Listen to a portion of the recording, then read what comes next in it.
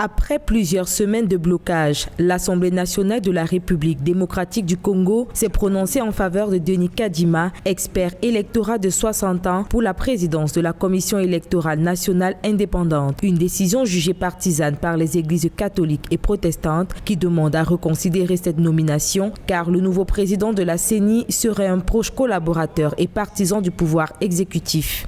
La candidature de Denis Kadima à la tête de la Commission électorale nationale indépendante de la République démocratique du Congo fait l'objet de contestations de la part des églises catholiques et protestantes pour cause des déficits de confiance. Vous savez, en République démocratique du Congo, la classe politique a dénié au ministère de l'Intérieur le droit d'organiser les élections. C'est ainsi qu'un organe d'appui à la démocratie, la Commission électorale nationale indépendante, avait été mise en place et son indépendance était garantie par le fait qu'il y avait en son sein le pouvoir, l'opposition et la société civile.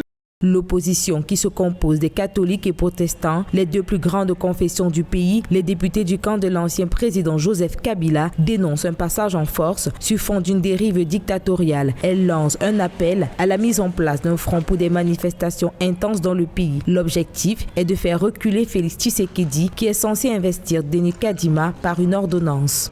Certains membres de l'organisme chargé de désigner les candidats à la tête de la CENI ont déclaré qu'ils ont fait l'objet des menaces d'intimidation et des tentatives de corruption de la part du pouvoir en faveur de Denis Kadima, qui est accusé d'être non seulement proche du chef de l'État, mais très proche de sa famille politique. L'autre raison ou circonstance aggravante, c'est que la désignation de son prédécesseur à ce poste avait été violemment contestée pour les mêmes raisons. En rappel, le vote pour l'élection du président de la CENI est depuis plusieurs semaines entre les mains des confessions religieuses. Sur les 8 obédiences présentes sur le territoire national, 6 étaient pour la désignation de Denis Kadima. Aujourd'hui, c'est une crise politique qui se dessine dans l'attente de la validation de ce choix par le chef de l'État du Congo, Félix Tshisekedi.